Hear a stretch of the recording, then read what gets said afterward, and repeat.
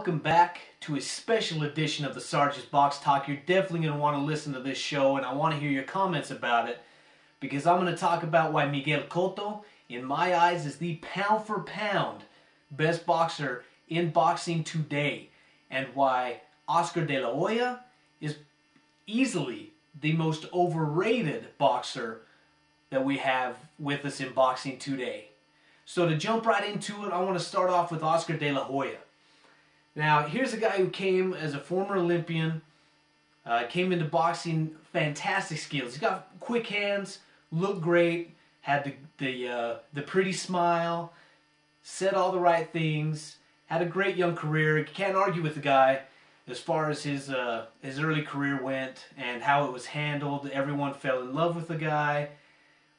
But if you look at this guy in the last 6 to 8 years even, you will see someone that is tremendously overrated. Now, his last significant win was back in 2002 against Fernando Vargas, if you want to call that a significant win, seeing that anyone that is at the top level of boxing should beat a guy like Fernando Vargas. And I understand the argument that he's come up in a lot of weight classes, that he has all these belts, he's won championships. I get that, but that's still not good enough. Because to be an elite boxer today, you have to have more than championships. That's like trying to make a cake with only eggs, right? Those belts are the eggs. You're not going to be able to make an elite fighter with just the one variable or the one ingredient. So I don't want to hear the argument that he's won championships in different weight classes.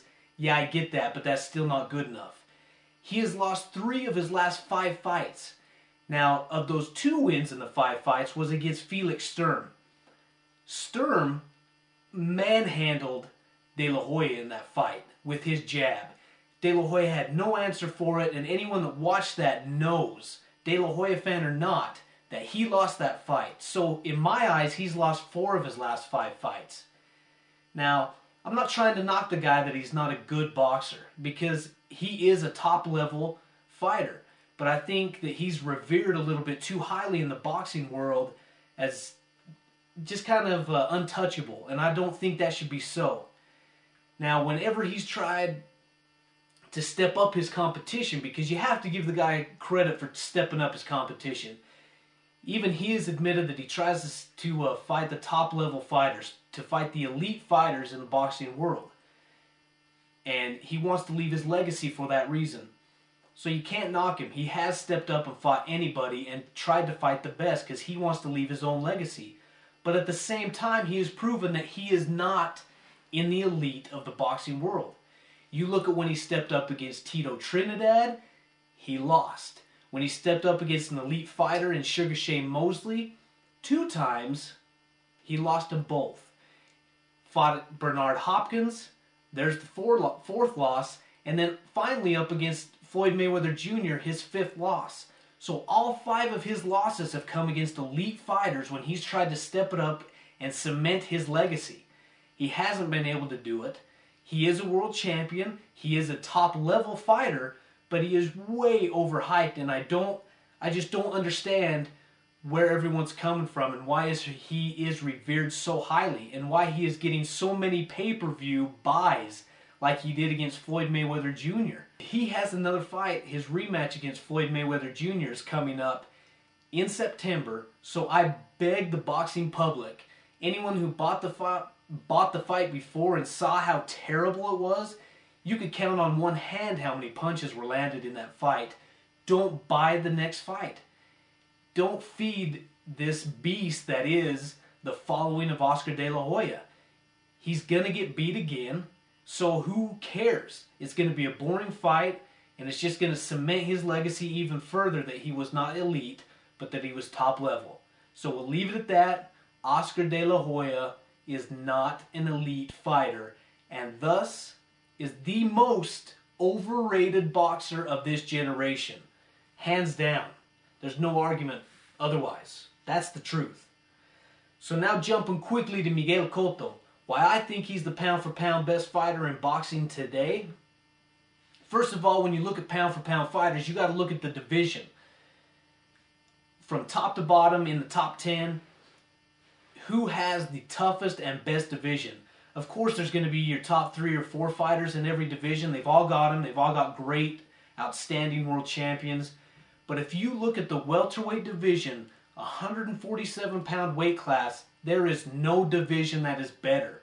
From top to bottom, you've got guys like Shane Mosley, you've got Carlos Quintana, obviously Cotto's part of it, but you've got Zab Judah, Antonio Margarito, Kermit Cintron, Paul Williams, and on and on.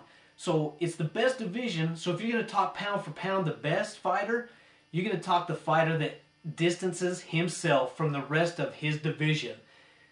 And that's why I think Miguel Cotto has distanced himself from the welterweight division and why he should be crowned the pound for pound best fighter. I don't want to hear about Mayweather. He is in it for the money. He fights a champion like you call Arturo Gatti because of his following just for the money, but yet he gets his world championship in that weight division. He fights De La Hoya at 154 to get De La Hoya's world title, but all he wants is the money. So now since he's got probably the best skill in boxing, and he wants the money, and he gets the belts, all of a sudden he's the pound for pound best, and I think that is not true. And Miguel Cotto, for that reason, he will fight anybody. He has fought anybody in the 140, in the 140-pound weight class, and now coming up to 147, he's fighting everyone there. I know the argument as well that Cotto doesn't have a good chin, that he's vulnerable to getting knocked out. You first saw it when he fought DeMarcus Corley, but you also saw Corley hurt Mayweather at one time during their fight. So that doesn't stick with me. And you know, Mosley got knocked down against Ricardo Torres in the 140-pound weight division. Torres knocked him down a couple of times, but every time that Cotto has been hurt, he was hurt by an uppercut against Judah. He has knocked out every one of his opponents. Also, when you look at his body of work, he has fought some of the hard-hitting, hard punchers that he's been able to knock out. But then when I saw him fight Paulie Malignaggi, who is not a power guy, but is very slick and very fast, I thought he would have a lot of trouble for Cotto. Cotto beats him. Beat him down. He fights Zab Judah, which I thought there's probably no way that Cotto's going to be able to take on Judah. He knocks Judah out. He takes on Carlos Quintana, who his last fight against Paul Williams has proven he's in the top level of the weight class after beating Paul Williams convincingly. Cotto knocks him out in the 5th round with a body shot. He fights Shane Mosley, who is one of the elite boxers that we have in this generation. He beats him.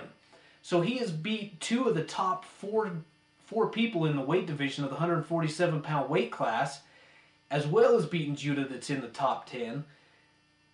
And he's probably going to be fighting the winner of the Antonio Margarito-Kermit Cintron fight. So no one has been able to touch this guy. Yes, he has been hurt, but he has fought everyone that has stood in front of him, and not only has he beat them, but he's beat them pretty convincingly. A close call against Mosley, but in my eyes, Miguel Cotto is hands down the pound-for-pound champion in boxing today. And I don't want to hear about Mayweather.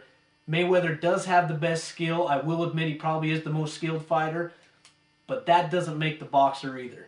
That doesn't make a true rounded pound-for-pound champion, because all he is wants the money with the belt, because that'll get him more and more notoriety. But he makes for a terrible fight. He doesn't give the fans what he wants. That's why they boo him every fight. You will never see a Cotto fight where they boo, because it is non-stop action. He's got a ton of skill, and no matter whether they're fast, quick hands, slick, power punchers, he gets rid of them, and gets rid of them convincingly. So Miguel Cotto, pound for pound best. Oscar de la Hoya, you are the most overrated boxer, so let me hear what you got. Let's get some verbal sparring going on. I'll take it all on. I want to hear from you. And until next time, you are dismissed.